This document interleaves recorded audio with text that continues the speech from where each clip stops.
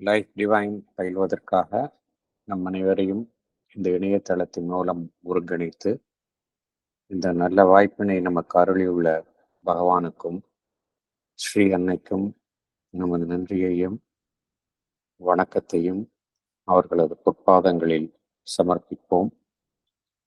இத்தருணத்தில் நம் மனதில் எழும் ஒவ்வொரு எண்ணத்தையும், இங்கு நாம் பேசும் ஒவ்வொரு வார்த்தையையும் அவர்களுக்கு காணிக்கையாக சமர்ப்பிப்போம். அனைவருக்கும் மாலை வணக்கம். நாம் இப்பொழுது லைஃப் டிவைன்ல புக் 2 சாப்டர் 7 பார்த்து கொண்டிருக்கின்றோம். அதனுடைய தலைப்பு the knowledge and the ignorance. போன செஷன்ல பேராகிராஃப் 13 அண்ட் 14 பார்த்தோம். இந்த செஷன்ல பேராகிராஃப் 15 அண்ட் 16 மேற்கொண்டு பார்க்கலாம். போன செஷன்ல என்ன பார்த்தோம் என்பதை சற்று நினைவு கூறலாம்.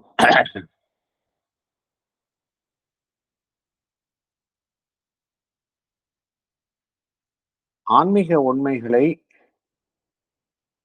அறிந்து கொள்வதற்கு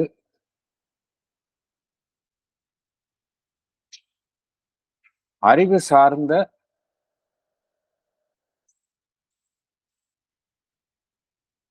தர்க்க முறை இது ஒரு சரியான கருவியா என்றால் இல்லை என்று பகவான் குறிப்பிடுகின்றார். பகவான் டயலெக்டிக்கல் இன்டெலெக்ட் என்று கூறுகின்றார். தர்க்கம் சார்ந்த அறிவின் அடிப்படையில் செய்யக்கூடிய அந்த ஒரு ஆராய்ச்சி அல்லது ஒன்றின் உண்மை குறித்த விஷயங்களை அறிந்து கொள்ள முயலுதல். இது எதை பொறுத்து அமைகின்றது என்றால் வெறும் அறிவு, அதை சார்ந்து எழுப்பப்படும் வாதங்கள். பகவான் என்ன கூறுகின்றார், இதுல இந்த மெத்தட் ஆன்மீக உண்மைகளை அறிந்து கொள்வதற்கு நமக்கு போதுமான அளவு உதவி செய்யாது அப்படிங்கிறார்.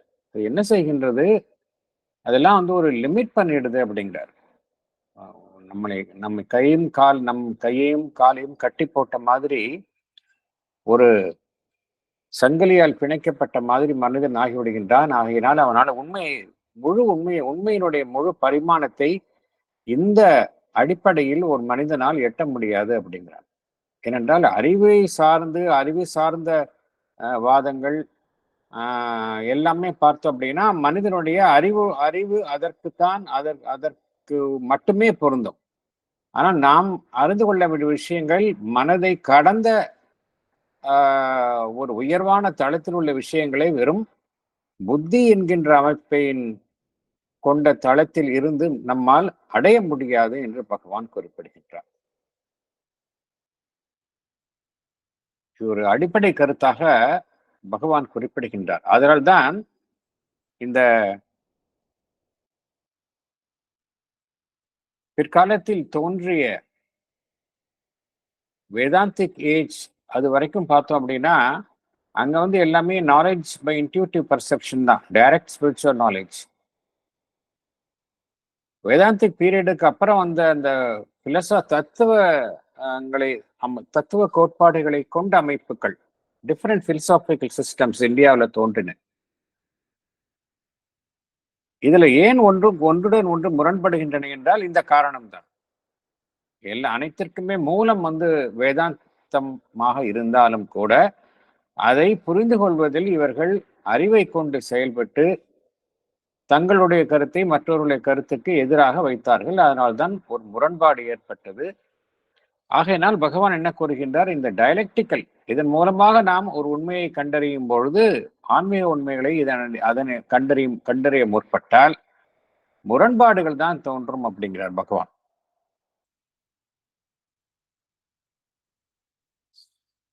மனிதன் எப்படி இந்த ஆன்மீக உண்மைகளை கண்டறிய வேண்டும் என்றால் நேரடியான அந்த டைரக்ட் சீயிங், ரிஷிகள் அவ்வாறுதான் உண்மையை கண்டார்கள், நேரடியாக கண்டார்கள். டைரக்ட் சீயிங் அண்ட் நோயிங், இதுதான் பகவான் குறிப்பிடுகின்றார். இது டைரக்ட் சீயிங் அண்ட் நோயிங், அதன் மூலமாகத்தான் ஆன்மீக உண்மைகளை கண்டறிய வேண்டும். பின்பு கண்டறிந்த உண்மைகளை அறிவினுடைய வசதி கொண்டு, துணை கொண்டு வகைப்படுத்திக் கொள்ளலாம். அது சரியம் என்று பகவான் குறிப்பிடுகின்றார். எப்படி பகவான் தன்னுடைய ஆன்மீக அனுபவங்களை கண்டறிந்து அதை வேதங்களின் மூலமாகவும் உபநிடதங்களின் மூலமாகவும் உறுதி செய்து கொண்டு பின்பு தன்னுடைய ஒரு மிக கூர்மையான ஒரு அறிவின் மூலம் அதை அழகாக ஒழுங்குபடுத்தி நமக்கெல்லாம் வழங்கினாரோ அதே போலத்தான் அதுபோல இருக்கலாம் என்று கூறுகின்றார். ஆனால் முற்றிலுமே இந்த அறிவை சார்ந்து ஒன்றை அறிய முற்படுவது என்பது நமக்கு உண்மையிடம் அழைத்து செல்லாது என்று பகவான் குறிப்பிடுகின்றார். பகவான் என்ன கூறுகின்றார்?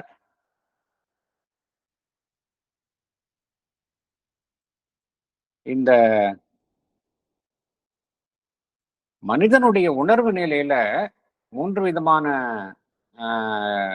உணர்வு நிலை உணர்வு நிலையின் மூலம் 3 விதமான விளைவுகளை மனிதன் எட்டுகின்றான். ஒரு விளைவு என்னவென்றால் மாயை என்கின்ற ஒரு விளைவு, அடுத்தது அறியாமை என்கின்ற ஒரு விளைவு, அடுத்தது அந்த ட்ரூ நாலேஜ் என்கின்ற ஒரு விளைவு. இது மூன்றுமே ஒரு மனிதன் அந்த உணர்வு நிலையின் மூலம்தான் இதை எட்டுகின்றான். ஆகையினால் பகவான் என்ன கூறுகின்றார்? எந்த உணர்வு நிலையில் இருந்து ஒன்றை பார்க்கின்றோம் என்பதுதான் முக்கியம் அப்படிங்கிறார். நாம் முற்றிலும் அறியாமை என்கின்ற உணர்வு நிலையிலிருந்து ஆன்மீக விஷயங்களை கண்டறிய முயலுகின்றோமா, அல்லது மனம் என்கின்ற உணர்வு நிலையிலிருந்து நாம் கண்டறிய முயலுகின்றோமா, அல்லது மனதை கடந்த ஒரு உயர் உணர்வு நிலையிலிருந்து கண்டறிய முயலுகின்றோமா? ஆகையினால இதுதான் முக்கியம். வாட் லெவல் ஆஃப் கான்சியஸ்னஸ், அதிலிருந்து நீங்கள் ஆன்மீக உண்மைகளை கண்டறிய முயலுகின்றீர்கள் என்பதுதான் முக்கியம் அப்படிங்கிறார். அது இல்லாம நாம் எதை கண்டறிய முயல்கின்றோம்? அனைத்தினுள்ளும் உள்ள அந்த சாராம்சமான உண்மை, அந்த மெய்ப்பொருள், அந்த பீயிங், அந்த சச்சிதானந்தாவில் இருக்கக்கூடிய அந்த சத், ஏனென்றால் அதுதான் அனைத்துமாக இருக்கின்றது. அந்த உண்மையைத்தான் நாம் கண்டறிய முயல்கின்றோம். இதை கண்டறிய வேண்டும் என்றால் இதை உணர்வு நிலையின் மூலமாகத்தான் கண்டறிய முடியும் என்று பகவான் குறிப்பிடுகின்றார். It is only through consciousness that we can approach being. இதை மனதின் மூலமாகவோ தர்க்கவாதத்தின் மூலமாகவோ அறிவின் மூலமாகவோ கண்டறிய முடியாது என்று பகவான் குறிப்பிடுகின்றார். என்ன கூற வருகின்றார்? இந்த உலகத்திற்கு உலக உண்மையிலேயே என்ன மேற்புறத்தில் பார்த்தோம் என்றால் இந்த உலகம் அதற்கு பின்னால் உள்ள அந்த மெய்ப்பொருளை நம்மால் கண்டறிய முடிவதில்லை. அதற்கு பின்னால் உள்ள இறைத்தன்மையை நம்மால் கண்டறிய முடியவில்லை. என்ன காரணம் என்றால் நாம் எந்த உணர்வு நிலையிலிருந்து இதை பார்க்கின்றோம் என்பதுதான் முக்கியம் அப்படிங்கிறார் பகவான். அது அல்லாம ஒரு சில கோட்பாடுகள் என்ன கூறின, மனிதன் தன்னை கடந்து செல்ல வேண்டும், தான் இருக்கின்ற நிலையிலிருந்து அந்த உச்சக்கட்ட உணர்வு நிலையை எட்டிய பின்னர்தான் அந்த மனிதனுக்கு உண்மை என்ன என்பது புரியும். He has to reach a level of the super conscient. தான் இருக்கக்கூடிய நிலையில் இருந்து உச்சக்கட்ட நிலையான அந்த சூப்பர் கான்சியன்ட், அந்த நிலையை எட்டிய பின்னர்தான் ஒரு மனிதனால் உண்மையை கண்டறிய முடியும். ஆகையினால் தான் இருக்கும் நிலையை மனிதன் அந்த நிலையிலிருந்து முற்றிலுமாக விடுவித்துக் கொண்டு உயர்நிலை எட்ட வேண்டும் என்று ஒரு தரப்பு சில ஆன்மீக தரப்பு வாதங்கள் கோருகின்றன. ஈவன் அந்த முயற்சியிலும் கூட பகவான் என்ன கூறுகின்றார், எதை எந்த நிலையை கடக்க வேண்டும் என்றால் அந்த உணர்வு நிலையின் மூலமாகத்தான் ஒரு மனிதன் இந்த உலகத்தை துறந்துவிட்டு ஒரு உயர் உச்சக்கட்ட உணர்வு நிலையுடன் தொடர்பு கொள்ள வேண்டும் என்றாலும் கூட தான் இருக்கக்கூடிய அந்த உணர்வு நிலை அதன் மூலமாகத்தான் அந்த உயர் உணர்வு நிலையை எட்ட முடியுமே தவிர வெறும் மனதின் மூலமாக அதை எட்ட முடியாது என்று பகவான் குறிப்பிடுகின்றார். மேலும் மனதை பற்றி பகவான் என்ன குறிப்பிடுகின்றார் என்றால், மனத்தினுடைய செயல்பாட்டை ஏனென்றால் நம்மளுடைய மனம் உணர்வு நிலை நம்ம என்ன பார்த்தோம், உணர்வு நிலை எந்த உணர்வு நிலையில் இருந்து நாம் இந்த உலகத்தை பார்க்கின்றோம் என்பதுதான் முக்கியம். சரியான உணர்வு நிலையில் இருந்து பார்த்தால்தான் இந்த உலகத்தின் பின்னால் உள்ள அந்த மெய்மை நமக்கு புலப்படும் என்று பார்த்தோம். அப்படின்னா நாம் இருக்கக்கூடிய உணர்வு நிலை எப்படி இருக்கின்றது, மனதை சார்ந்து இருக்கின்றது. சாதாரண மனிதனை எடுத்துக்கொண்டால் நம்முடைய உணர்வு நிலை என்றாலே நாம் மனம் என்றுதான் உடனடியான ஒரு முடிவுக்கு வருகின்றோம். மனம்தான் ஒரு டாமினன்ட் ஃபேக்டராக இருக்கின்றது.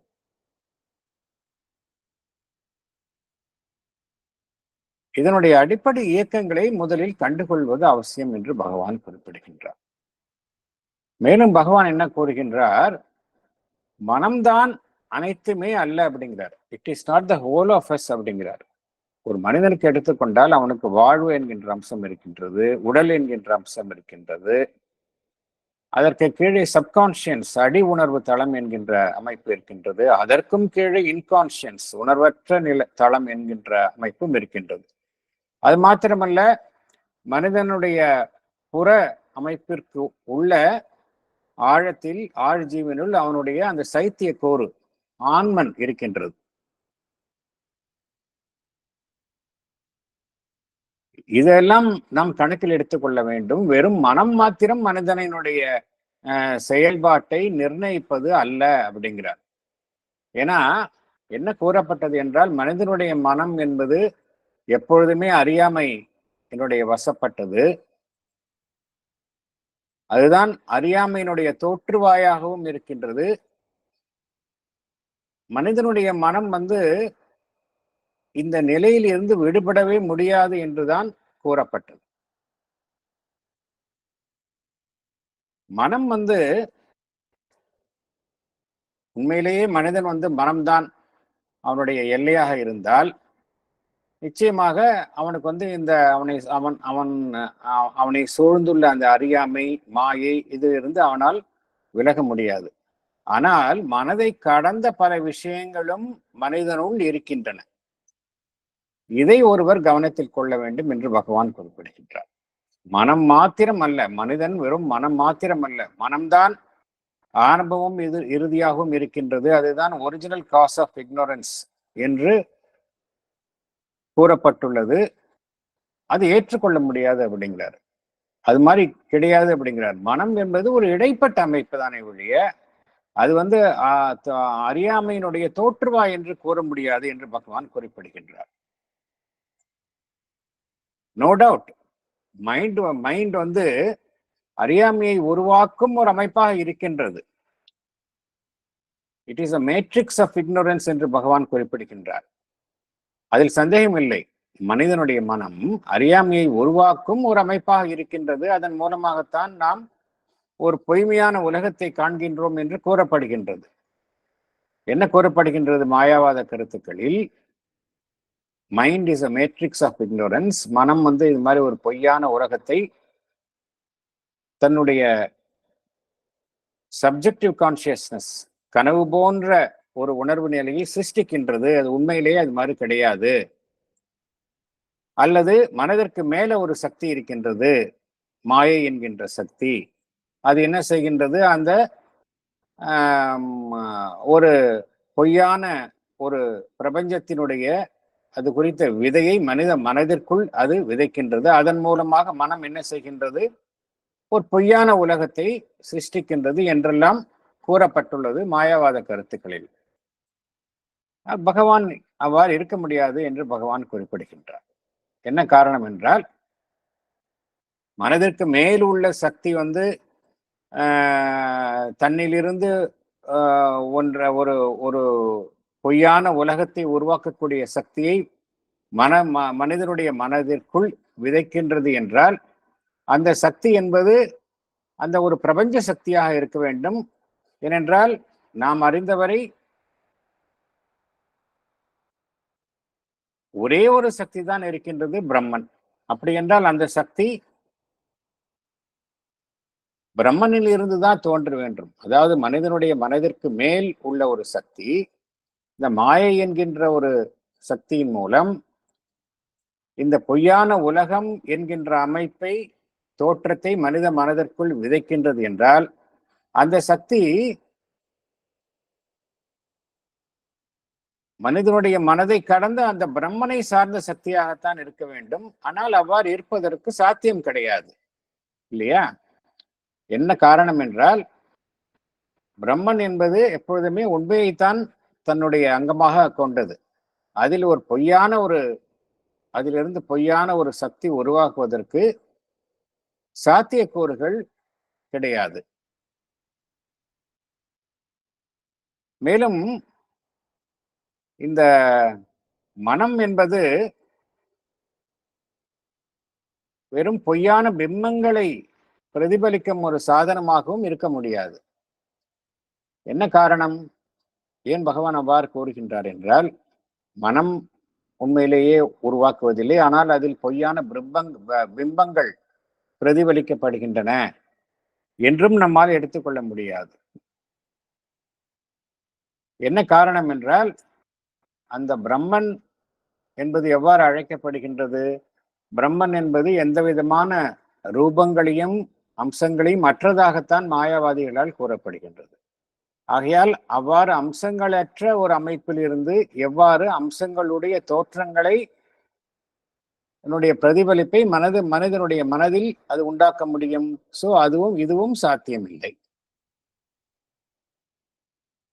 அதே போல எல்லாமே வந்து ஒரு தண்ணீரில் ஒரு குழம்பிய தண்ணீரில் ஏற்படும் பல்வேறு பிரிவுபட்ட பிம்பங்களாக மனித மனதிற்குள் அனைத்துமே தோன்றுகின்றன என்று எடுத்துக்கொண்டாலும், அந்த பிம்பங்கள் என்பது ஒரு உண்மையான பிம்பங்களாகத்தான் இருக்க வேண்டும். அப்பொழுதுதான் அது பிளவுபட்ட பிம்பங்களை தோற்றுவிக்க முடியும். ஒரு பொய்யான அமைப்பிலிருந்து பொய்யான பிம்பங்கள் தோற்றுவிக்க முடியாது.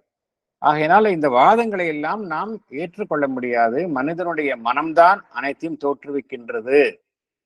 It is original cause of ignorance.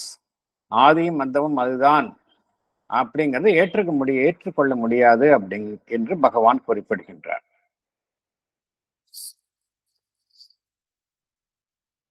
ஆகையினால் என்ன முடிவுக்கு வருகின்றோம் என்றால், இந்த உலகம் என்பது உண்மை, மாயை கிடையாது. இது நம்ம முதல் பாயிண்ட். என்ன அப்படின்னா, இந்த உலகம் என்பது உண்மை, மாயை கிடையாது. அது குறித்து மனதில் தோன்றும் உருவாக்கம் வந்து ஒரு பிழையான ஒரு உருவாக்கம் ஏற்படுத்தப்படுகின்றது. உலகம் என்பது உண்மைதான், ஆனால் அது குறித்த ஒரு பிம்பம், அது குறித்த ஒரு உருவாக்கம் மனதில் எவ்வாறு உருவாக்கப்படுகின்றது என்றால் பிழையுடன் உருவாக்கப்படுகின்றது. இதுதான் காரணம். இதுதான் ஒரு சாத்தியக்கூறாக ஏற்றுக்கொள்ளலாம். அப்படி என்றால் என்ன அர்த்தம்? மனம் வந்து ஒரு அரைகுறையாக செயல்படுகின்றது. உலகம் என்பது உண்மை, ஆனால் உலகம் என்பது உண்மை, அதனுடைய மெய்ப்பொருளை நாம் கண்டுகொள்ள முடியவில்லை என்றால், மனம் அது குறித்த ஒரு பிழையான தோற்றத்தை உருவாக்குகின்றது. அப்படி என்றால் என்ன புரிந்து கொள்கின்றோம்? மனதை கடந்த ஒரு அறிவு என்கின்ற ஒரு அமைப்பு இருக்கின்றது. அது இந்த பிரபஞ்சம் குறித்த உண்மையை, மெய்மைத்தன்மையை நன்றாக உணர்ந்திருக்கின்றது. அதன் மூலம் நம்மால் இந்த பிரபஞ்சம் குறித்த உண்மையை அறிந்து கொள்ள முடியும். அந்த உண்மையான ஞானத்தை எட்ட வேண்டும் என்றால் அதன் மூலமாக எட்ட முடியும் என்கின்ற உண்மை நமக்கு புலப்படுகின்றது. மனதை கடந்து சென்றவுடன் அதன் மூலமாக இந்த பிரபஞ்சம் குறித்த மெய்மையை நம்மால் அறிந்து கொள்ள முடியும் என்பது நமக்கு புலப்படுகின்றது என்று பகவான் குறிப்பிடுகின்றார். ஸோ இது வரைக்கும் நம்ம போன செஷன்ல பேராகிராஃப் 13 and 14 இதுதான் பார்த்தோம். என்ன இறுதியாக பார்த்தோம் என்றால், மனதை கடந்த ஒரு விஷயம் இருக்கின்றது. மனம் முக்கியமாக பகவான் இங்கே குறிப்பிடுகின்றார், மனம் it is not a original cause of ignorance. அறியாமையை தோற்றுவிக்கும் ஒரு ஆதியும் மூலமுமான காரணம் மனம் அல்ல.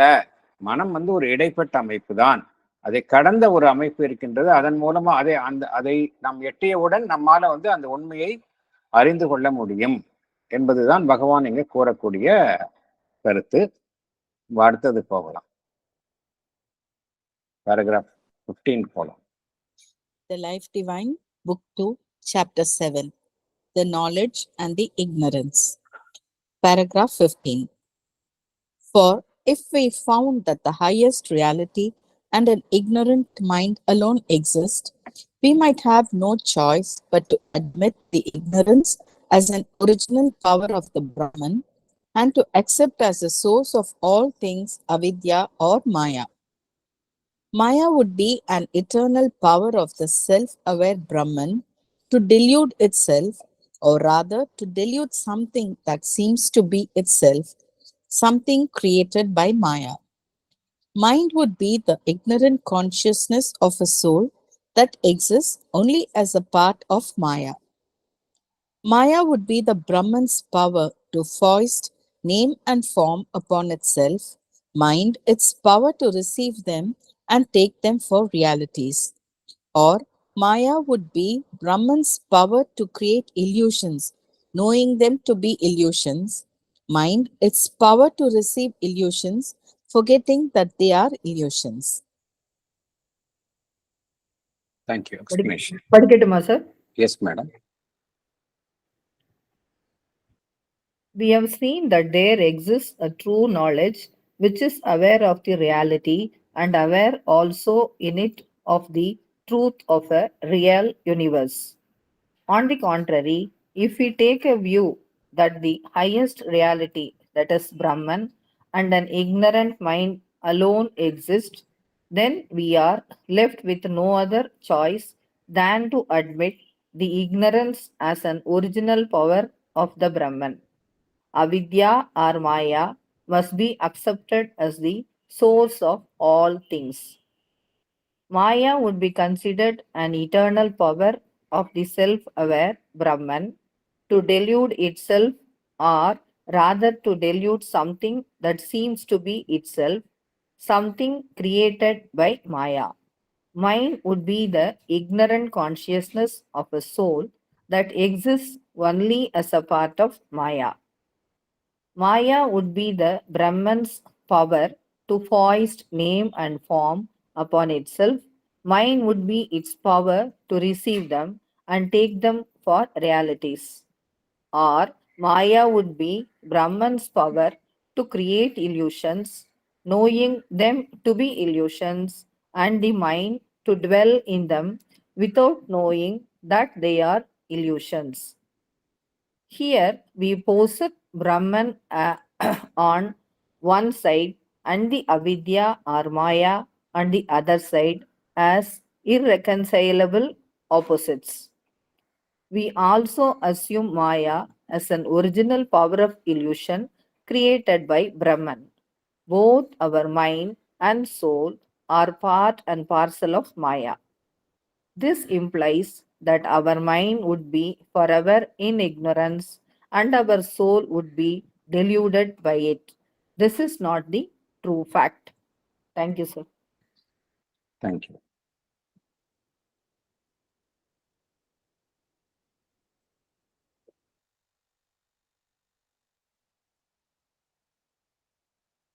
இங்க பகவான்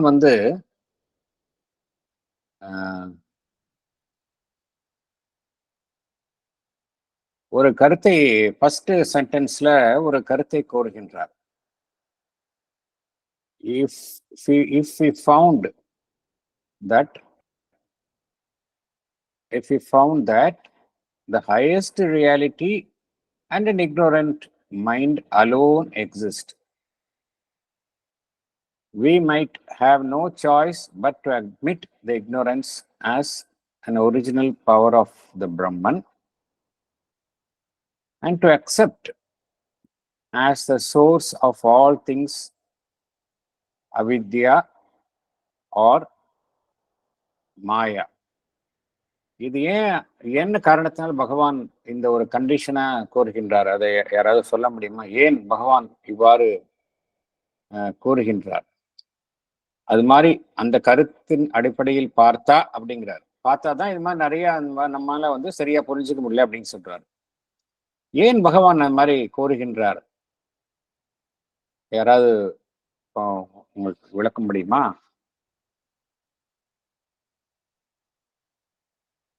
highest reality and an ignorant mind alone exist அப்படின்னு சொல்றாரு.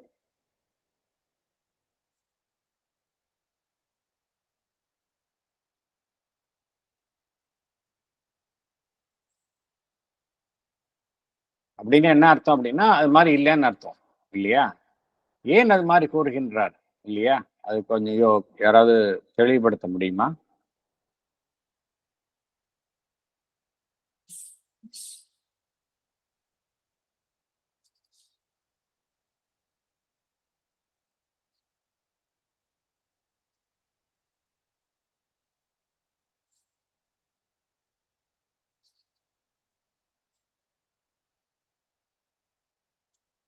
என்ன இதுல ஒரு பெரிய வித்தியாசம் என்றால்,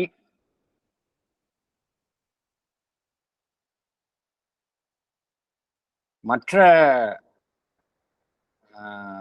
அமைப்புகள் எல்லாம் பார்த்தோம் அப்படின்னா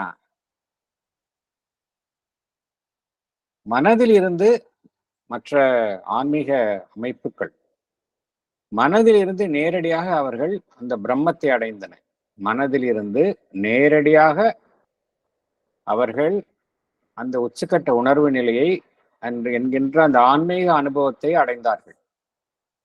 அந்த அனுபவத்தை அடைந்தவுடன் அவர்களுக்கு அந்த ஒரு அனுபவம் ஒன்றுதான்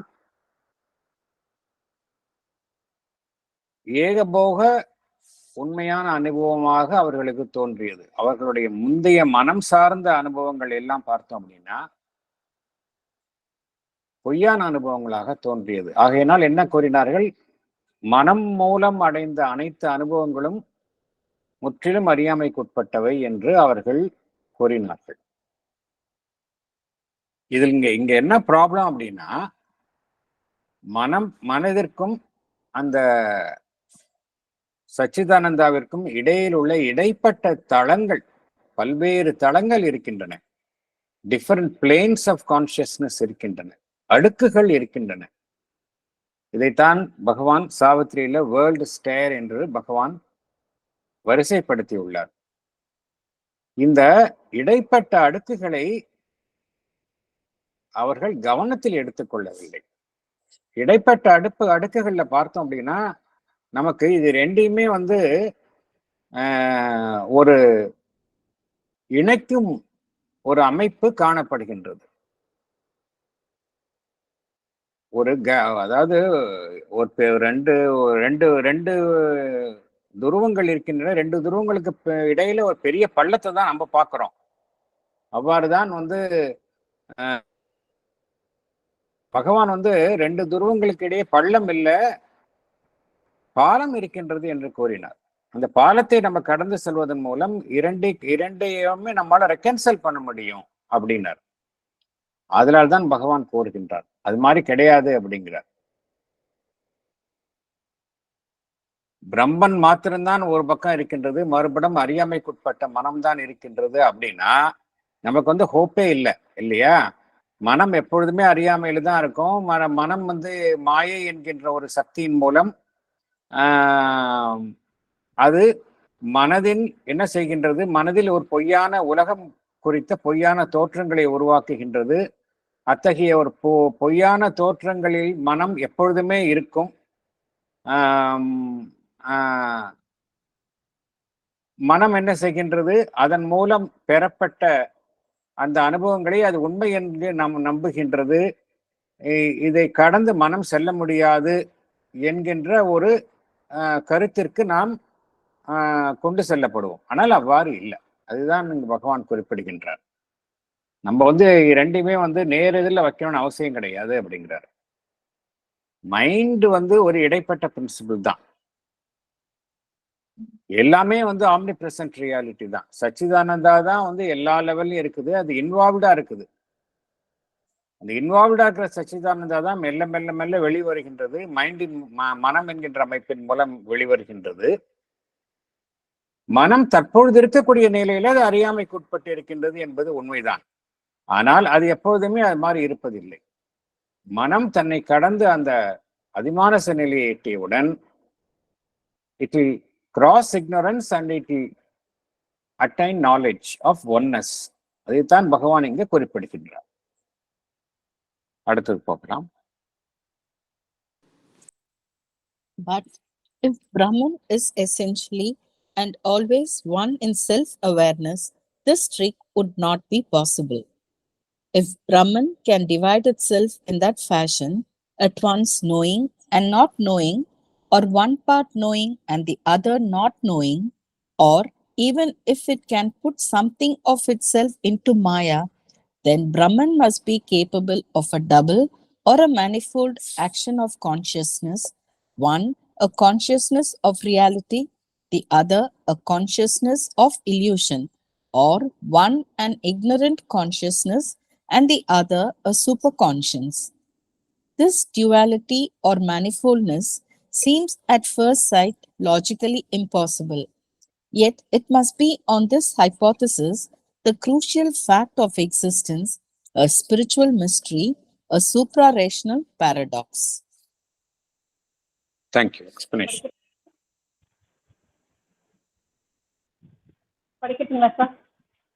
Yes, madam.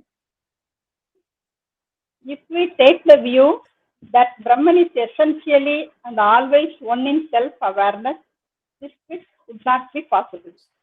If we presume that Brahman can divide itself into two parts, one part knowing and the other part not knowing, it implies that Brahman must be capable of a double consciousness.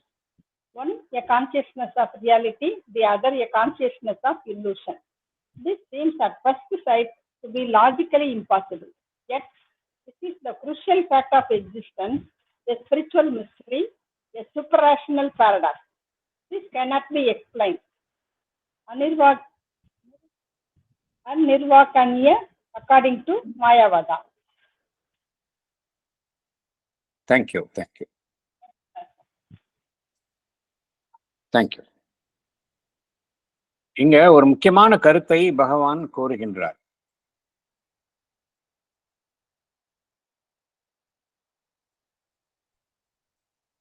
முதல்ல என்ன பார்த்தோம் அப்படின்னா,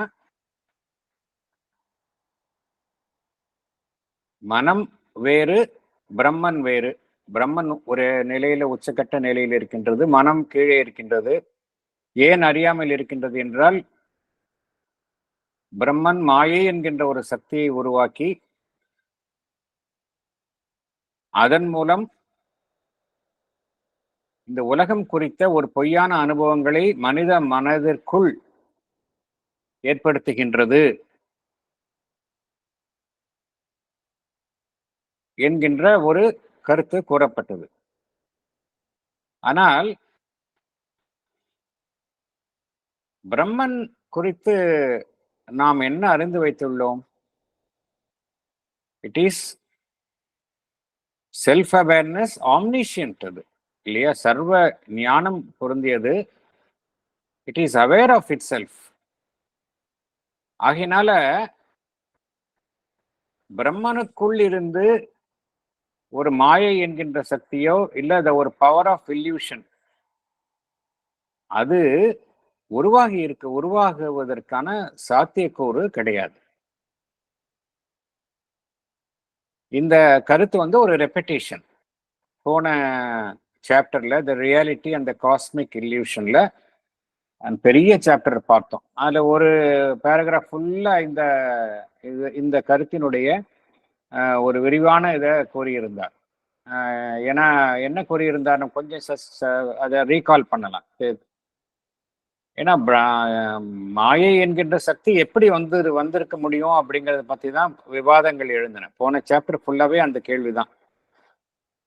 இந்த உலகம் என்பது மாயை என்றால் அந்த மாயை என்கின்ற ஒரு அமைப்பு எவ்வாறு உருவாகி இருக்க முடியும்?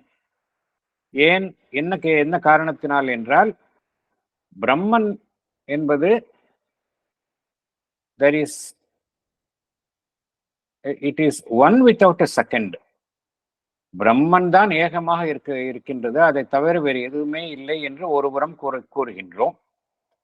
மறுபுறம் அவ்வாறு இருக்கையில் இந்த மாயை என்கின்ற ஒரு அமைப்பு எவ்வாறு உருவாக்கி இருக்க முடியும்? அதற்கு வெவ்வேறு சாத்தியக்கூறுகளை பகவான் விளக்கியிருந்தார். ஒரு சாத்தியக்கூறு என்னவென்றால் பிரம்மனே அத்தகைய ஒரு பொய்யான அமைப்பை தனக்குள் தோற்றுவிக்கின்றது. பிரம்மனுக்குள் இரண்டு விதமான பிரிவுகள் இருக்கின்றன. ஒரு பிரிவு உண்மையை மாத்திரமே அது உருவாக்குகின்றது, தன்னிலிருந்து வெறும் மெய்மையை மாத்திரமே அது காணும் உணர்வு நிலையில் அது இருக்கின்றது.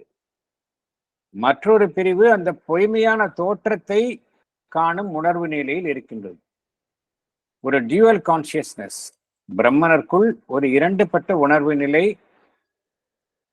இருந்தால்தான் இது சாத்தியம் என்கின்ற ஒரு கருத்து கூறப்பட்டது. ஆனால் அவ்வாறு இருப்பதற்கு சாத்தியமா? இப்போ பிரம்மனுக்குள்ள இரண்டு விதமான உணர்வு நிலைகள் இருப்பதற்கு சாத்தியமா என்றால் நிச்சயமாக இல்லை. ஏனென்றால் Brahman it is one without a second. அங்க நாலேஜ் தான் இருக்க முடியும், அங்க நான் வேற எதுவுமே இருக்க முடியாது. ஆகையினால் இது லாஜிக்கலி இம்பாசிபிள். ஆனால் இது பகவான் இங்க எதுக்காக கூறுகின்றார் என்றால் இந்த கருத்தின் அடிப்படையில் தான் மாயாவாதம் கருத்துக்கள் அமைக்கப்பட்டன. மாயாவாத கருத்துக்கள்ல இந்த கருத்து தான் அடிப்படையான ஒரு கருத்தாக ஏற்படுத்தப்பட்டுள்ளது. இது குறித்த இதை ஏற்றுக்கொள்ள முடியாததாக இருக்கின்றதே என்று எதிர்கேள்வி கேட்ட பொழுது மாயாவாத கோட்பாடுகளில் கூறப்பட்டுள்ள ஒரு பதில் என்னவென்றால் இட் cannot be explained, அனிர்வச்சனியா என்று ஒரே வார்த்தையில் முடித்து விட்டார்கள். அதெல்லாம் எக்ஸ்பிளைன் பண்ண முடியாது, அது அப்படித்தான் அப்படின்னு சொல்லிட்டாங்க. பகவான் அதை எடுத்துக்கிறாரு. எதுக்கு எடுத்துக்கிறார் அப்படின்னா, நீங்க அப்படி சொன்னீங்க, அவர் வேறொரு கருத்தை சொல்வதற்கு இதை ஒரு முன்னோடியே எடுத்துக்கிறாரு. பகவான் இதை ஆதரிக்கல, இந்த கருத்தை ஆதரிக்கல. அவர் கூறக்கூடிய வேறொரு ஆன்மீக உண்மையை தெரிவிப்பதற்காக இந்த கருத்தை நீங்க நாம் ஏற்றுக்கொள்ளும் தருணம் மற்றொரு உண்மையையும் நாம் ஏற்றுக்கொள்ள வேண்டும் என்பதற்காகத்தான் பகவான் இவ்வாறு கூறுகின்றார். அது என்ன மற்றொரு கருத்து என்பது நம்ம பின்னாடி அடுத்ததுல வருது. ஆகினால் பகவான் ஒரு வாதத்திற்காகத்தான் இதெல்லாம், ஒரு வாதத்திற்காக பகவான் இந்த கருத்தை கூறுகின்றார். இவ்வாறு இருப்பதற்கு ஒரு சாத்தியக்கூறு இருக்கின்றது. ஆனால் அது லாஜிக்கலி நாட் பாசிபிள், புதிராக இருக்கின்றது, supra rational paradox, this cannot be explained. ஆனா இது ஒரு சாத்தியக்கூறு என்று கூறுகின்றார். அடுத்ததுக்கு உள்ள போகலாம். But once we admit the origin of things as a supra-rational mystery, we can equally or preferably accept this other crucial fact of the one becoming or being always many, and the many being or becoming the one. This too is at first view dialectically impossible, a supra-rational paradox. Yet it presents itself to us as an eternal fact and law of existence. But if that is accepted, there is then no longer any need for the intervention of an elusive Maya. Explanation. படிக்கட்டுங்களாங்க sir? Yes madam. If we are to admit the origin of things as a suprarational mystery, on the same basis we have to admit the fact of one becoming the many and the many being or becoming the one.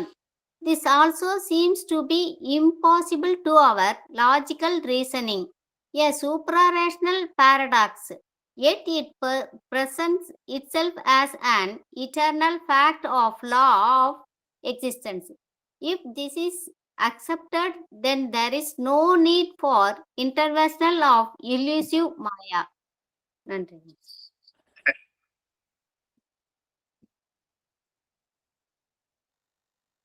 பிரம்மன் ஏகமாக இருக்கக்கூடிய ஒரு அமைப்பு. அந்த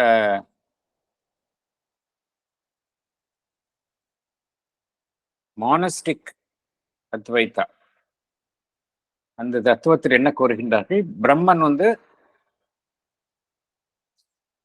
one without a second. It is one without a second. அப்படின்னா என்ன அர்த்தம்? அப்படின்னா அது ஒருமை என்கின்ற அம்சத்தை தவிர வேறு எதுவுமே இருக்க முடியாது என்பதுதான் அவர்களுடைய கூற்று. ஒருமை என்கின்ற அம்சத்தை தவிர வேற எதுவுமே இருக்க முடியாது என்பதுதான் அவர்களுடைய கூற்று.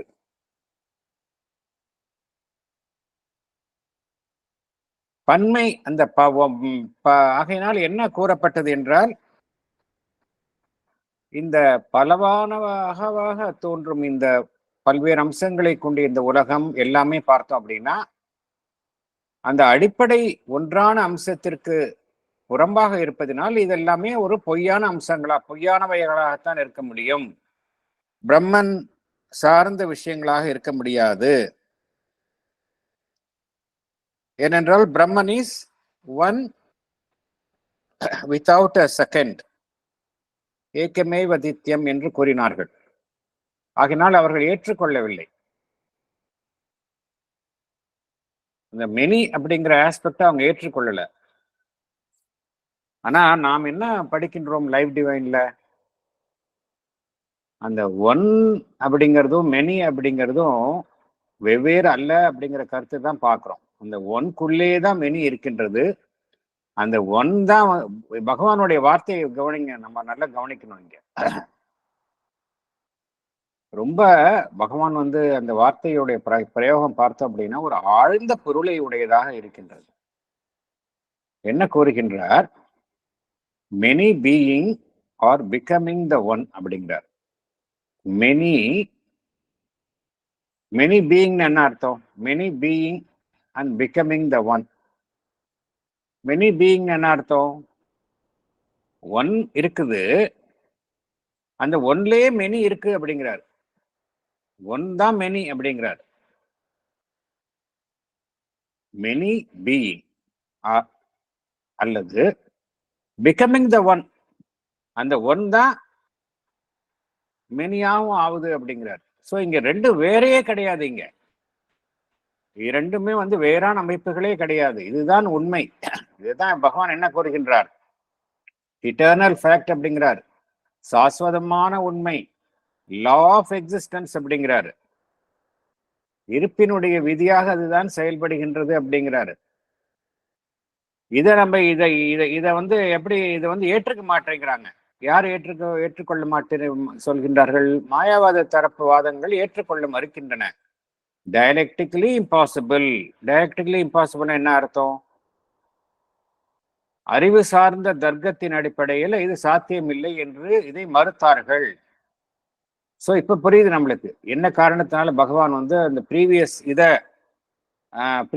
பேராகிராஃப்ல அதாவது பிரம்மனுக்குள்ள பிரம்மன் ஏகமாக இருக்கக்கூடிய ஒரு வஸ்து, அதுக்குள்ள இரண்டா இருக்கக்கூடிய ரெண்டு விஷயம் இருக்கிறதுக்கு சான்ஸே கிடையாது. ஆனா என்னங்க நீங்க சொல்றீங்க? ஒரு பக்கம் அதிலிருந்து மாயை என்கின்ற சக்தி பிரம்மனில் இருந்தே தோன்றி அது என்ன செய்கின்றது? மனதை அந்த சக்திக்கு உட்படுத்தி பொய்யான இந்த உலகம் குறித்த அனுபவத்தை மனதிற்குள் தோற்றுவிக்கின்றது என்று கூறுகின்றீர்கள். இது குறித்த விளக்கம் கேட்டால் இது ஒரு ஸ்பிரிச்சுவல் மிஸ்ட்ரி, சூப்ரா ரேஷனல் பாரடாக்ஸ், அறிவுக்கு புறம்பட்ட ஒரு புதிர், அனிர்வச்சனியா, விளக்க முடியாது, இட் கான் பி எக்ஸ்பிளைன்ட் என்று கூறினார்கள். சரி, ஓகே. அதே லாஜிக்ல பகவான் லாஜிக்கலா சொல்றாரு, அவ்வளவுதான். பகவான் உண்மை, ஆன்மீக உண்மையை ஒரு வாதத்தின் பொருட்டு அழகாக வைக்கின்றார்.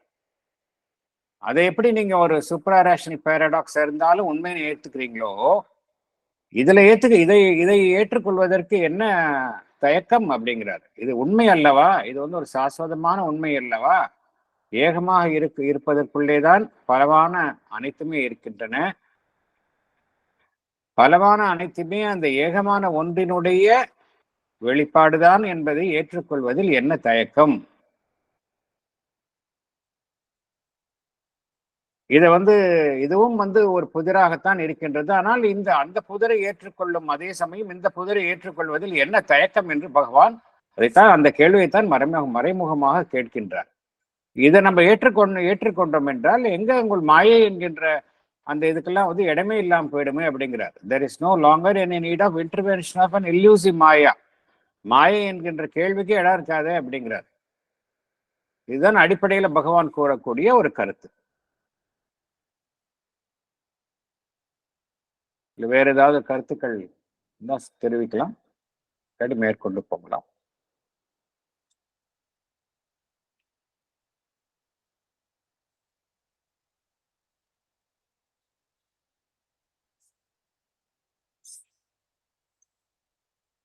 அடுத்தது போகலாம். Or equally, we can accept, as we have accepted, the conception of an infinite and eternal, which is capable by the infinite power of its consciousness of manifesting the fathomless and illimitable truth of its being in many aspects and processes, in innumerable expressive forms and movements. These aspects, processes, forms, movements could be regarded as real expressions, real consequences of its infinite reality. Even the inconscience and ignorance could then be accepted among them as reverse aspects, as powers of an inward consciousness and a self-limited knowledge brought forward because necessary to a certain movement in time, a movement of involution and evolution of the reality. If supra-rational in its basis, this total conception is not altogether a paradox. It only demands a change and enlargement in our conceptions of the infinite. Thank you. Explanation. Sir, Yes, madam.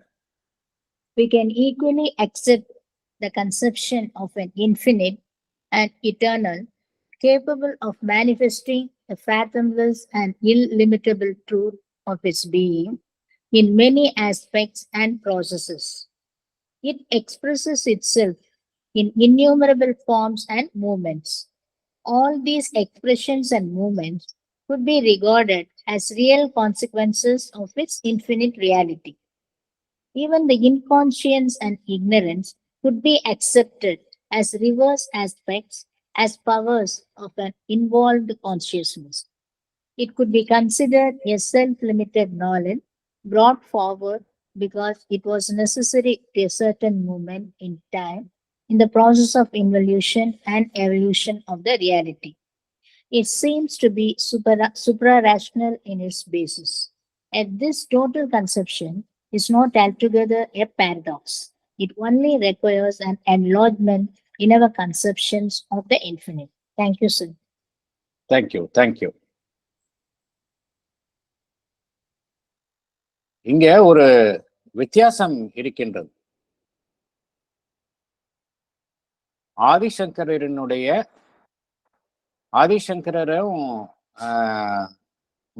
அந்த கருத்துக்கும் பகவானுடைய கருத்துக்கும் ஒரு வேறுபாடு இருக்கின்றது. ஆதிசங்கரர் என்ன கூறினார்? பிரம்மன் ஒரு புறம் இருக்கின்றது, மாயையான ஒரு உலகம் மறுபுறம் இருக்கின்றது. இவை இரண்டும் வெவ்வேறு என்று கூறினார். இங்கு பகவான் இங்க இன்னொரு கருத்தை கூறுகின்றார். கொஞ்சம் நல்லா ஆழ்ந்து கவனிக்கலாம்.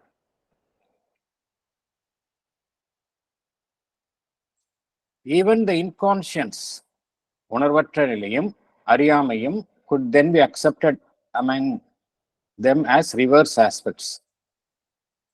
அதாவது இன்கான்ஷியன்ஸ் ஒருபுறம் பிரம்மன் சச்சிதானந்தா இருக்கின்றது, மறுபுறம் இன்கான்ஷியன்ஸ் அண்ட் இக்னோரன்ஸ் பகவானும் இங்க கூறுகின்றார். பகவானும் எதிரெதிரான நிலைகள்ல கூறுகின்றார் இல்லையா? அவர் ஆதிசங்கரர் கூறியது ஒருபுறம் பிரம்மன், மறுபுறம் மாயான அந்த உலகம், எதிரெதிரான நிலைகள். பகவானும் இரண்டு விதமான எதிரெதிரான நிலைகளை கூறுகின்றார். ஒருபுறம் சச்சிதானந்தா, மறுபுறம் இன்கான்ஷியன்ஸ், இக்னோரன்ஸ். இது ரெண்டுக்கும் என்ன வித்தியாசம் என்பதை யாராவது கூற முடியுமா? ஆதிசங்கரர் ஏற்படுத்திய அந்த தோற்றுவித்த அந்த வேறுபாட்டிற்கும் பகவான் இங்க காட்டுகின்ற அந்த வேறுபாட்டிற்கும் வித்தியாசம் இருக்கின்றது. பகவான் அதை ரிவர்ஸ் ஆஸ்பெக்ட்ஸ் சொல்றாரு சார். எஸ் எஸ், அதான் வித்தியாசம். பகவான் இங்க இந்த இன்கான்ஷியன்ஸ் டோட்டலி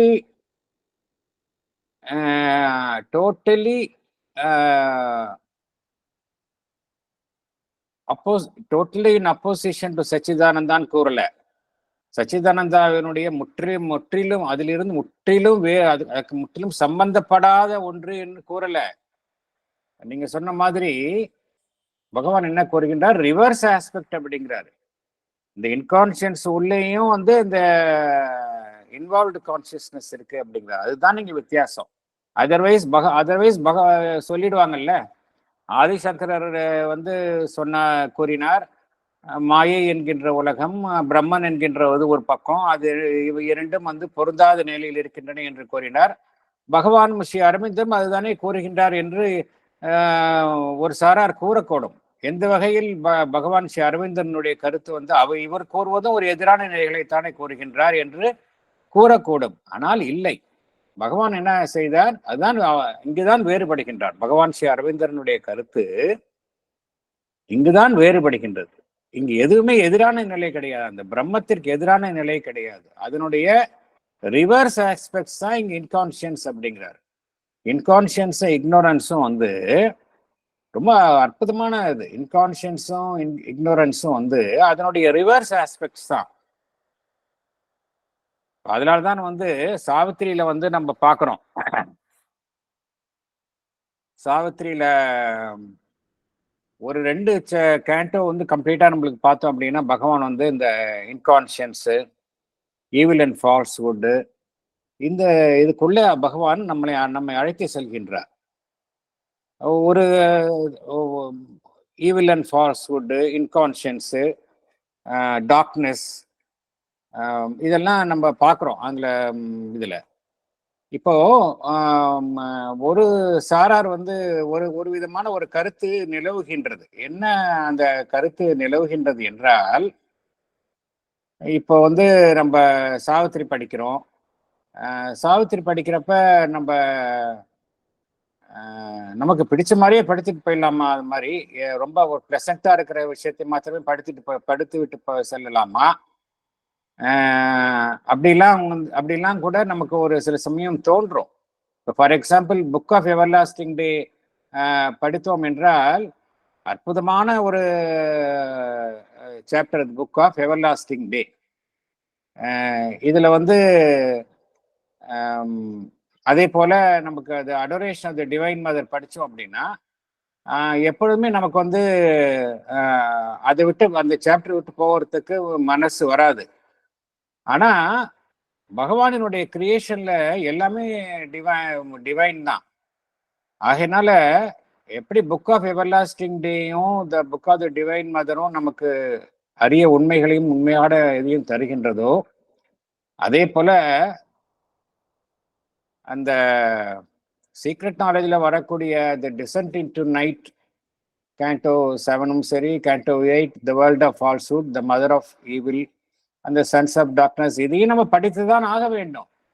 ஏன்னா அதை நம்ம படித்தோம் அப்படின்னா மேற்புறமா வந்து அதில் வந்து ஒரு நெகட்டிவாக இருக்கிற மாதிரி இருக்குமே ஒழிய ஒவ்வொன்றுக்கும் பின்னாடி பார்த்தோம் அப்படின்னா ஒரு டன்னலுக்குள்ள போய் ஒரு வெளிச்சம் கிடைக்கிற மாதிரி தான் நம்மளை அழைச்சிட்டு போவார் பகவான். ஒரு ஹோப்லெஸ் சுச்சுவேஷனுக்கு நம்மள எப்பொழுதுமே பகவான் வந்து ஒரு பெரிய கிரேட்டஸ்ட் ஆப்டிமிஸ்ட். பகவான் என்ன கூறுகின்றார், அடுத்த நிமிஷம் இந்த என்டையர் பிரபஞ்சமே அழிய போகுதுன்னு சொன்னா கூட நான் வந்து I will not loose my hope அப்படிங்கிறாரு. இந்த 2 கேண்டோம் படிச்சாலும் கூட ரொம்ப ஒரு கிரிம் பிக்சர் கொடுத்தா கூட அது எண்ட்ல வந்து பார்த்தோம் அப்படின்னா ஒரு ஒரு ஒளியினுடைய கீட்டு நம்ம பார்க்க முடியும். ஆகையினால்தான் பகவான் வந்து இந்த இன்கான்ஷியன்ஸ் அண்ட் இக்னோரன்ஸ் அப்படிங்கிறது வந்து ரிவர்ஸ் ஆஸ்பெக்ட்ஸ் ஆஃப் சச்சிதானந்தா அப்படிங்கிறார். இங்க எதையுமே நம்ம எக்ஸ்க்ளூட் பண்ண முடியாது. You can not exclude anything in this world. நம்ம ஹையர் லெவலுக்கு போகலாம், that's a different issue. But you cannot exclude பண்ண முடியாது. இங்க எதையுமே எக்ஸ்க்ளூட் பண்ணணும்னா நம்ம that means we are not seeing the world in totality அப்படிங்கிறது தான் அர்த்தம். மேலும் பகவான் என்ன கூறுகின்றார், இந்த இன்கான்ஷியன்ஸ் இக்னோரன்ஸ் அவசியம் அப்படிங்கிறார். ஏன் அவசியம் அப்படிங்கிறார்னா காலத்தினுடைய இயக்கத்துல இந்த பரிணாம வளர்ச்சியில அந்த உள்ளே இருக்கும் அந்த மெய்மை தன்னை பரிணாம வளர்ச்சியின் மூலம் வெளிப்படுத்திக் கொள்ள இந்த இன்கான்ஷியன்ஸ் அண்ட் இக்னோரன்ஸ் இது வந்து அவசியம் என்று பகவான் குறிப்பிடுகின்றார். இதை வந்து நம்ம வந்து தவிர்க்க முடியாது என்ற கருத்தை தான் பகவான் குறிப்பிடுகின்றார். அதுக்கு பகவான் வந்து ஒரு கருத்தை கூறுகின்றார். என்ன கூறுகின்றார், இந்த உண்மையை ஒருத்தர் அறிந்து கொள்ள வேண்டும் என்றால் நம்ம மேற்புறத்துல பார்த்தா இது எதிரான அம்சங்களாகத்தான் இருக்கும். நமக்கு வந்து உணர்வு நிலையில ஒரு விரிவாக்கம் ஏற்படும் பொழுது இந்த உண்மையை அறிந்து கொள்வோம் அப்படிங்கிறார். This conception is not all together a paradox. இது புதிர் அல்ல. It only demands a change, an enlargement in our conception of the infinite அப்படிங்கிறார். இங்க இதுதான் தேவை, நம்முடைய என்லார்ஜ்மெண்ட் தான் தேவை ஒழிய நம்ம வந்து இந்த உலகம் வந்து ஒரு இன்கான்ஷியன்ஸ்ல இருக்குது, இக்னோரன்ஸ்ல இருக்கு அப்படிங்க நம்மளால வந்து புறந்தள்ள முடியாது.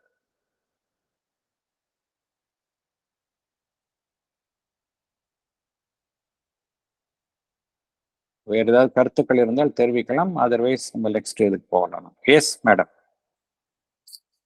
சார் அதாங்க சார், போன இதுல கூறினீங்க சார், ஒரு உண்மையை கண்டறிய வேண்டுமென்றால் பகவான் கூறுறாங்க, அதாவது மேலையும் கீழையும் உள்ளேயும் வெளிப்புறத்திலையும் அடி இதுலயும் எல்லா இதுலயும் போனாதான் நாம வந்து அந்த மெய்மையை கண்டறிய முடியும் அப்படிங்கிறது வந்து எக்ஸாக்ட்லி அந்த கருத்தான் இங்கேயும் கூறுகின்றார். அதனாலதான் நீங்க கீழே போனோம்னா என்ன அர்த்தம், சப்கான்ஷியன்ட்டுக்கு போகணும். நீங்க இப்ப பகவான் மாத்திரம் இன்கான்ஷியன்ட்டுக்கு பகவானுடைய என்ன அர்த்தம், சீக்ரெட் நாலேஜ்ல அந்த அவருடைய அஸ்வபதியினுடைய யோகத்துல எல்லாமே அவருடைய சொந்த யோகா அனுபவங்கள் தானே.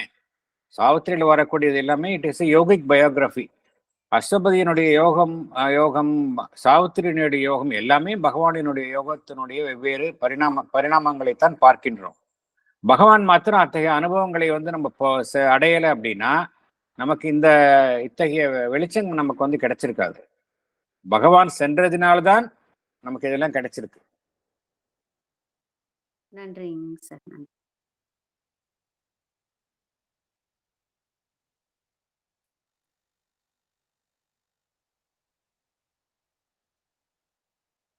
Paragraph 16. Paragraph 16. But the real world cannot be known, and none of these possibilities can be put to the test if we consider mind alone or only mind's power for ignorance. Mind has a power also for truth. It opens its thought chamber to Vidya as well as to Avidya, and if its starting point is ignorance, if its passage is through crooked ways of error, still its goal is always knowledge. There is in it an impulse of truth seeking, a power, even though secondary and limited, of truth finding and truth creation. Thank you. Explanation. படிக்கவாங்க sir? படிங்க madam. As long as we consider mind alone or take the mind's power for ignorance, the real world cannot be known. The possibilities we discussed above cannot be put to test. But we must know that mind has a power also for truth. It opens its thought chamber to Vidya as well as to Avidya. Its starting point is ignorance, and its passage is through crooked ways of error. Still, its goal is always knowledge. In the mind, there is an impulse of truth seeking. There is a power of truth finding and truth creation in it, even though this power is secondary and limited. Thank you, sir. Thank you. இதில் பகவானுடைய sentence எல்லாம் பார்த்தோம் அப்படின்னா ஒன்றுலையும் பார்த்தோம் அப்படின்னா ஒவ்வொரு சென்டென்ஸ்லையுமே பார்த்தோம் அப்படின்னா அதில் வந்து ஒரு பெரிய ஒரு பிரம்மாண்டமான உண்மைகளைத்தான் பகவான் இது பண்றார். சில சென்டென்ஸ் பார்ப்போம் நம்ம ரொம்ப எப்படி ஒரு ஆழமான உண்மைகளை கொண்டிருக்கின்றது அப்படின்னு சொல்றோம். இதை பத்தி நம்ம சிந்திக்கலாம். முதல் பாயிண்ட் என்ன சொல்றாரு? Mind has a power also for truth அப்படிங்கிறார்.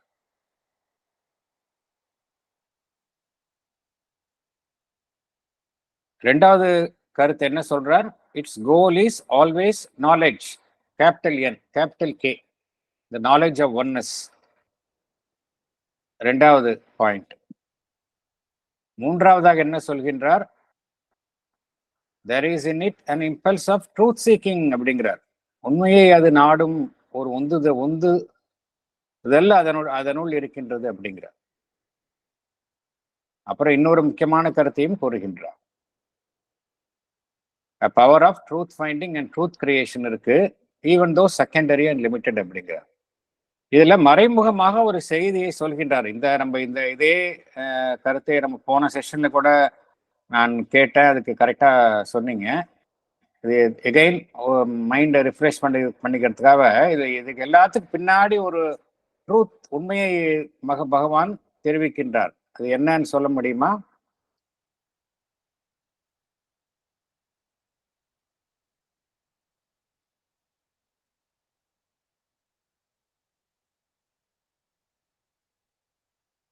முதல்ல ஒரு கண்டிஷன் சொல்லிடுறார். மைண்ட் மாத்திரம் நீங்க தனியா பார்க்க கூடாதுன்னு அப்படிங்கிற ஒரு இது கொடுத்துட்டாரு, ஒரு கண்டிஷன் கொடுத்துடுறாரு. அப்புறம் இதெல்லாம் சொல்றாரு. மைண்டு வந்து உண்மையை நாடும் சக்தி இருக்கின்றது, அதே போல அதனுடைய இலக்கு வந்து அந்த ஞானத்தை அந்த நாலேஜ் அதை அடைவதற்குத்தான் அது விழைகின்றது. உண்மையை உண்மையை நாடி விழைகின்றது. உண்மையை கண்டறியும் சக்தி அதனுள் இருக்கின்றது, உண்மையை உருவாக்கும் சக்தி அப்படின்லாம் சொல்றாரு. எப்படின்னா என்ன அர்த்தம்? எதை குறிப்பிடுகின்றார் அப்படின்னா ஏதோ ஒரு விஷயத்தை குறிப்பிடுகின்றார் இல்லையா பகவான். பின்னாடி வந்து ஒரு உண்மையான ஒரு உண்மை இருக்கின்றது. இந்த சென்டென்ஸ் எல்லாம் பின்னாடி is inconscience too is infinite அதை சொல்றாரா? அப்கோர்ஸ் அந்த ப்ராசஸ் எல்லாமே இன்கான்ஷியன்ஸ்ல இருந்து இன்ஃபினிட் தான். இதுல என்ன சொல்ற வராரு அப்படின்னா, மைண்ட் வந்து மைண்ட் வந்து it is a secondary product of supermind. Mind வந்து ஃப்ரண்ட்ல மைண்ட் அப்படிங்கிற அம்சம் இருந்தாலும் அதுக்கு உள்ள வந்து எந்த அம்சம் எது வேலை செஞ்சுக்கிட்டே இருக்கு அப்படின்னா அந்த சூப்பர் மைண்ட் தான் வேலை செஞ்சுக்கிட்டு இருக்குது. அதுதான் வந்து மனம் வந்து எப்பொழுதுமே அறியாமல் இருந்து விடக்கூடாது என்பதில் உறுதியாக இருக்கின்றது. மனதை தன்னை கடக்க வேண்டும் என்று எது மனதிற்கு ஒரு உந்து சக்தியாக செயல்படுகின்றது என்றால் மனம் என்கின்ற அமைப்பிற்குள் இருக்கக்கூடிய அந்த super mind. there is an involved super mind in the mind. எப்படி லைஃபுக்குள்ள மேட்டருக்குள்ள லைஃப் இருக்குதோ, எப்படி லைஃபுக்குள்ள ஒரு இன்வால்வ்டு மைண்ட் இருக்குதோ, அதே போல there is an involved super mind in the mind அப்படிங்கிறார் பகவான். அதுதான் வந்து இந்த வேலையெல்லாம் செய்ய சொல்லுது அப்படிங்கிறார். மனிதனுடைய மனதை நம்ம நினைச்சிட்டு இருக்கிறோம் இட் இஸ் இக்னோரண்ட் அப்படின்னு நினைச்சிருக்கோம். யாருக்குமே இது வந்து எல்லாருக்கும் பொருந்தும். இட்ஸ் நாட் தட் யோகிகளுக்கும் சாதனை புரிவர்களுக்கும் அப்படி ரிஷிகளுக்கும் அப்படி கிடையாது. For any human being who is subject to the process of illusion, his mind is always seeking these things. அதுக்கு காரணம் என்ன அப்படின்னா அந்த சூப்பர் மைண்ட் பின்னாடி இருக்கு அப்படிங்கிறார். அது எப்பொழுதுமே மனதை என்ன செய்ய சொல்லுது அப்படின்னா அதனுடைய பகவான் ரொம்ப அழகாக கூறுகின்றார். It has a power also for truth. இதெல்லாம் பார்த்தோன்னா சூப்பர் மைண்டினுடைய குணாதிசயங்கள். It has a power also for truth.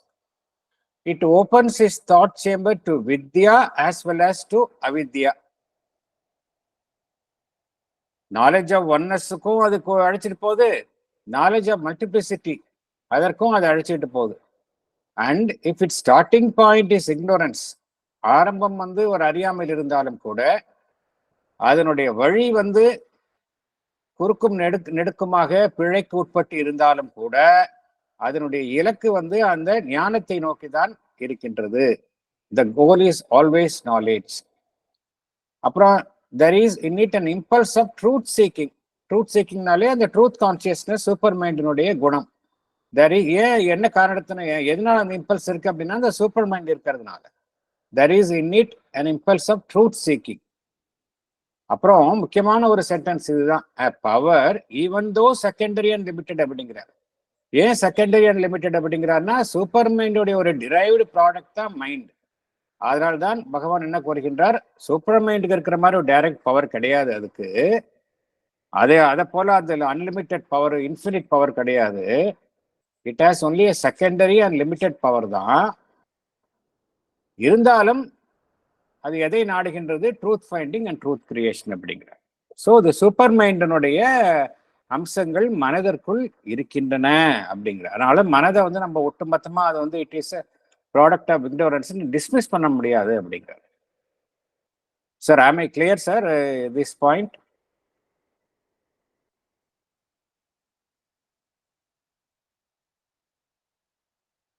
I'm clear sir?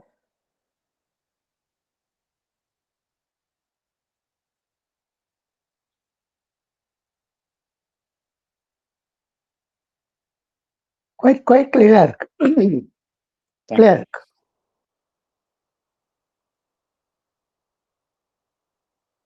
அடுத்தது போகலாம்.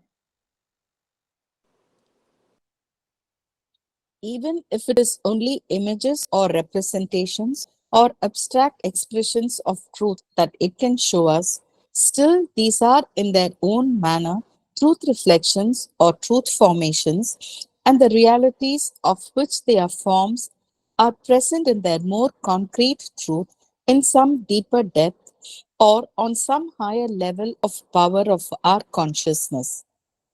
Matter in life may be the form of realities of which mind touches only an incomplete figure.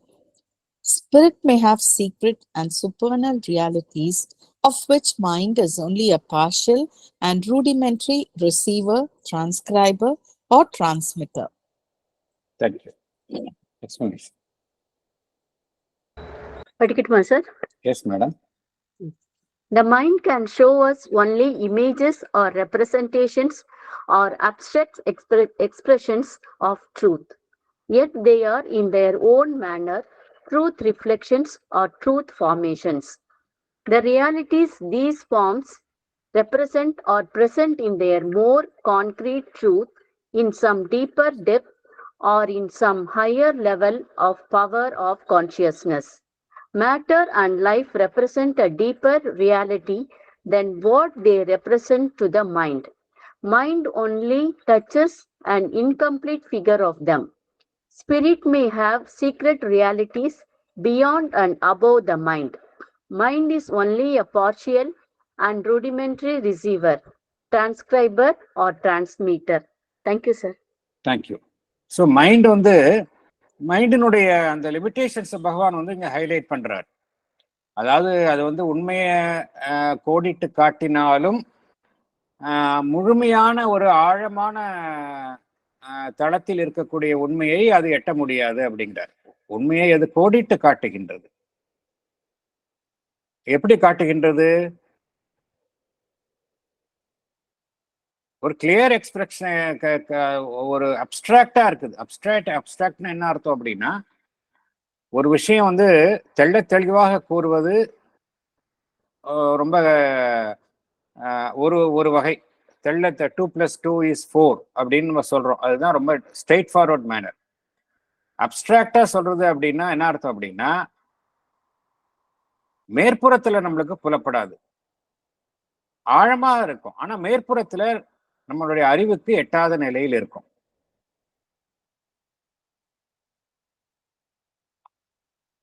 அத்தகைய உண்மைகளினுடைய ஒரு தோற்றங்களை தான் நமக்கு தருகின்றது.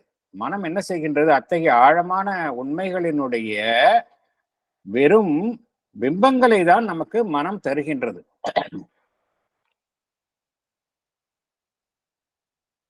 உண்மையினுடைய பிரதிபலிப்புகள், உண்மையினுடைய உருவாக்கங்களை மனம்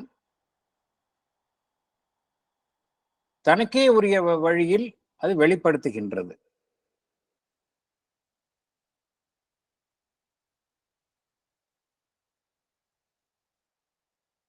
ஆனால் பகவான் இங்க என்ன கூறுகின்றார்? The realities of which they are forms are present in their more concrete truth, in some deeper truth, or in higher level of power of consciousness. எந்த உண்மைகளை எந்த மெய்மைகளை மனம் தெரிவிக்க முயலுகின்றதோ அது குறித்த மேலும்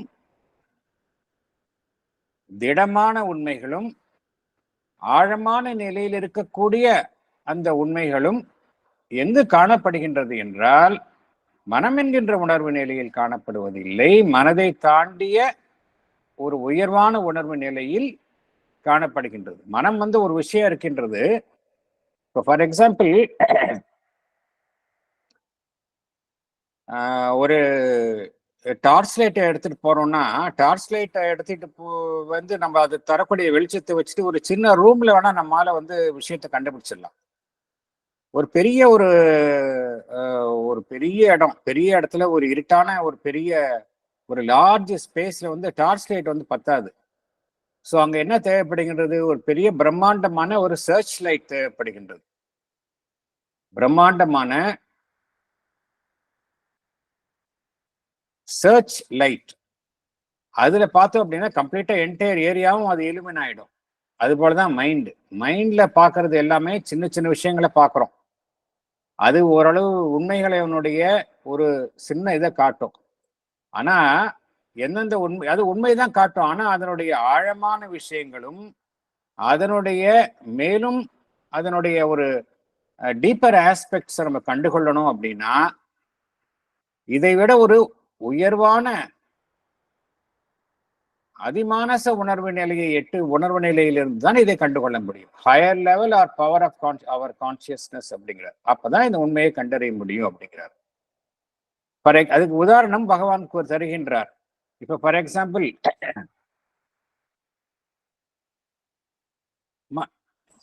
எக்ஸ்கியூஸ் மீ,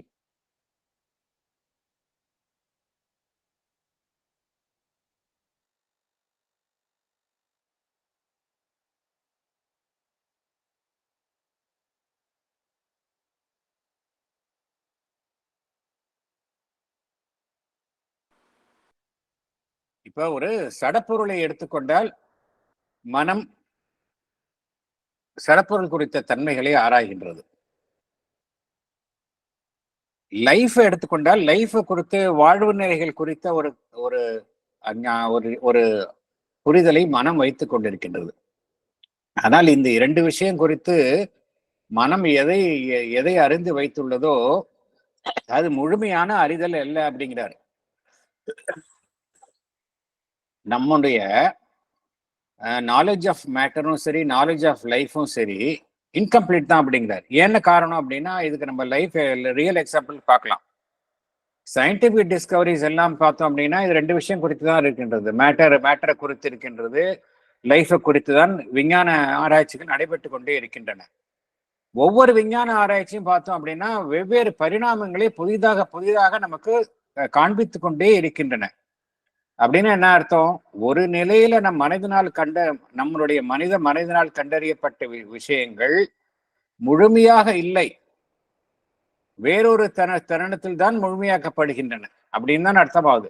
நமக்கு வெறும் சடப்பொருளுக்கு நம்மை சுற்றியுள்ள சடப்பொருட்கள், நம்மை சுற்றியுள்ள வாழ்வு, இது குறித்தே பகவான் என்ன கூறுகின்றார்? ஒரு முழுமையான ஒரு புரிதல் நமக்கு இல்லை. மேற்புற அம்சங்களைத்தான் நம் மனம் தொடுகின்றது அப்படிங்கிறாரு. அப்படி இருக்கும்போது ஆன்மன், ஸ்பிரிட், அது குறித்து ஒரு மிகவும் பகுதியான,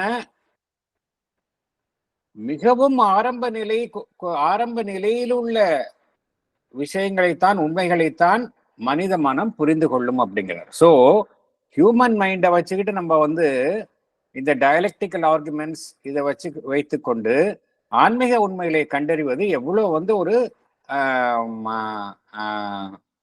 ஒவ்வாத காரியம் என்பதைத்தான் பகவான் விளக்குகின்றார். மனித மனதினால் மேட்டரே புரிஞ்சுக்க முடியல, லைஃபை புரிஞ்சுக்க முடியல. அப்படி இருக்கும்போது நீ ஸ்பிரிட் எப்படி புரிஞ்சுக்க முடியும் அப்படிங்கிறார். It is only a partial and rudimentary receiver அப்படிங்கிறார். மனம் ஒன்லி ரிசீவர் தான். ஒன்றை வாங்கி அது என்ன செய்கின்றது? வெறும் பதிவு செய்கின்றது, பதிவு செய்யும் இயந்திரமாக இருக்கின்றது. It is only a transcriber, அவ்வளவுதான். பதிவு செய்தது என்ன செய்கின்றது? மற்ற அமைப்புகள், மற்ற மனதிற்கு தெரிவிக்கின்றது, டிரான்ஸ்மிட்டர், அவ்வளவுதான். இந்த 3 விஷயத்தை தான் செய்யுது மனம். It is only a receiver, transcriber, transmitter அப்படிங்கிறார். ஸோ மனித மனம் அவ்வளவுதான் செய்யும் அப்படிங்கிறார். இதை தாண்டி மனித மனம் செய்யாது. இதோட லிமிடேஷன்ஸை நீ புரிஞ்சுக்கோ அப்படின்னா என்ன அர்த்தம்? You have to go beyond mind அப்படிங்கிறார். அடுத்தது போகலாம். It would then be only by an examination of other supramental and inframental, as well as higher and deeper mental powers of consciousness, that we can arrive at the whole reality. And in the end, all depends on the truth of the supreme consciousness or the superconscience that belongs to the highest reality and the relation to it of mind, supermind, inframind, and the inconscience. Thank you. Explanation. படிக்கட்டுமா sir? Yes, sir. Therefore, we can arrive at the whole reality only by an examination of other supramental and inframental, that is below, as well as higher and deeper mental powers of consciousness. At the end, everything will be based on the truth of supreme consciousness that belongs to the highest reality, mind, supermind, inframind, and the inconscience. All will be seen only in their relation to the highest reality. Thank you, sir. Thank you. So பகவான் ரொம்ப கிளியரா சொல்லிட்டாரு. நீங்க எந்த நிலையில எதை பார்த்தாலும் சரி,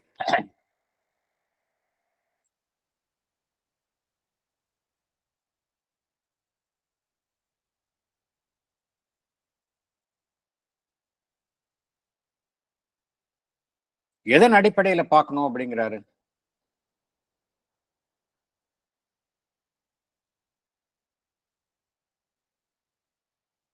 மனம் என்கின்ற நிலையாக இருந்தாலும் சரி, அதிமானசம் என்கின்ற நிலையாக இருந்தாலும் சரி, மனதிற்கு கீழ் உள்ள இன்ஃப்ரா மைண்ட் என்கின்ற நிலையாக இருந்தாலும் சரி, அதற்கும் கீழ் உள்ள அந்த இன்கான்ஷியன்ஸ், இதெல்லாம் நம்ம எப்படி பார்க்கணும் அப்படின்னா, எப்படி இந்த விஷயங்கள் எல்லாமே அந்த சுப்ரீம் கான்ஷியஸ்னஸ், சூப்பர் கான்ஷியன்ஸ், அதுதான் ஹையஸ்ட் ரியாலிட்டி. அவைகளுடன் இந்த விஷயங்கள் எவ்வாறு சம்பந்தப்பட்டுள்ளன, எதை பார்த்தாலும் அதற்கு பின்னால் உள்ள இந்த ஹையஸ்ட் ரியாலிட்டி எப்படி how it is related to the highest reality அப்படிதான் பார்க்கணும் அப்படிங்கிறார். இன்கான்ஷியன்ஸை பார்த்தா எப்படி பார்க்கிறோம் நம்ம? It is an involved consciousness அப்படிங்கிறதான் பார்க்கணும். நம்ம இன்ஃப்ரா மைண்ட் அப்படிங்கிறத பார்த்தோம் அப்படின்னா again there is an involved mind in that. Super mind is also எப்படி பார்க்கணும் அப்படின்னா நம்ம வந்து இட் இஸ் ஆல்சோ இந்த சுப்ரீம் கான்சியஸ்னஸ்னுடைய ஒரு ரிஃப்ளெக்ஷன் தான், அதுவும் அதனுடைய ஒரு அம்சம் தான். மைண்டும் அப்படிதான். இது எல்லாம் எல்லாமே வந்து எப்படி பார்க்கணும் அப்படிங்கிறார் அப்படின்னா, all depends on the truth of the supreme consciousness or the super conscience that belongs to the highest reality and the relation to it. அதற்கும் and the relation to it of mind, supermind, inframind and the inconscience. எல்லாம் ஒட்டுமொத்தமா பார்த்தாதான் நமக்கு உண்மை தெரியும் அப்படிங்கிறார். வெறும் நம்ம மனத்தினுடைய எல்லைகள், லிமிட்டேஷன்ஸை பார்த்தோம். மனம் வந்து ஒரு இடைப்பட்ட சாதனம் தான். அது வந்து ஒரு சின்ன ஒரு ஒளி கீற்றை தான் அது பெற்றுக்கொள்கின்றது. மேலிருந்து தரக்கூடிய விஷயங்களை அது வெறும் உள்வாங்கி தெரிவிக்கும் ஒரு இடைப்பட்ட சாதனமாகத்தான் இருக்கின்றது. இப்படிலாம் பார்த்தோம். அப்படின்னா மனதிற்கு மேல நம்ம செல்லணும் அப்படிங்கிறார். மனதிற்கு மேல் உள்ள தளங்கள் சூப்ராமென்டல், அப்புறம் மனதிற்கு கீழ் உள்ள தளங்கள் இன்ஃப்ராமென்டல். அது மாத்திரமல்ல, higher and deeper mental powers of consciousness, மனதினுடைய பல்வேறு தளங்கள், அதனுடைய சக்திகள், உணர்வு நிலையின் சக்திகள், இதையெல்லாம் நாம் கவனத்தில் எடுத்துக்கொண்டு இதையெல்லாம் நாம் கவனமாக இதற்குள் நாம் கவனத்தை செலுத்தினால்தான் நம்ம வந்து அந்த ஹோல் ரியாலிட்டி, அந்த மெய்மையினுடைய முழுமையான தன்மையை நம்மால் எட்ட முடியும் அப்படிங்கிறாரு. எல்லாத்தையும் நம்ம எப்படி எதோட பொருத்தி பார்க்கணும் அப்படின்னா, அந்த சுப்ரீம் கான்சியஸ்னஸ் அதோட ஒட்டுமொத்தமா அந்த ஹோலிஸ்டிக்கா பார்க்கணும் அப்படிங்கிறாரு. எல்லாத்தையுமே அந்த சுப்ரீம் கான்சியஸ்னஸ், இந்த சச்சிதானந்தா, அதோட தான் நம்ம ரிலேட் பண்ணி பார்க்கணும், தனித்தனியா பார்க்கக்கூடாது அப்படிங்கிறார். அப்பதான் நமக்கு ஹோலிஸ்டிக் பர்செப்ஷன் கிடைக்கும். வெறும் இன்கான்சியன்ஸ் மாத்திரம் அலூஃபா பார்க்கக்கூடாது அப்படிங்கிறார். இன்ஃப்ரா மைண்ட், சூப்பர் மைண்ட் இல்லை அலூஃபா பார்க்கக்கூடாது அப்படிங்கிறது. எல்லாமே அந்த சுப்ரீம் கான்சியஸ்னஸோட ஹோலிஸ்டிக்கா பார்த்தாதான் நமக்கு வந்து you get a total picture of the entire reality of the universe என்று பகவான் குறிப்பிடுகின்றார். வேறு எதுவும் கருத்துக்கள் இருந்தா தெரிவிக்கலாம்.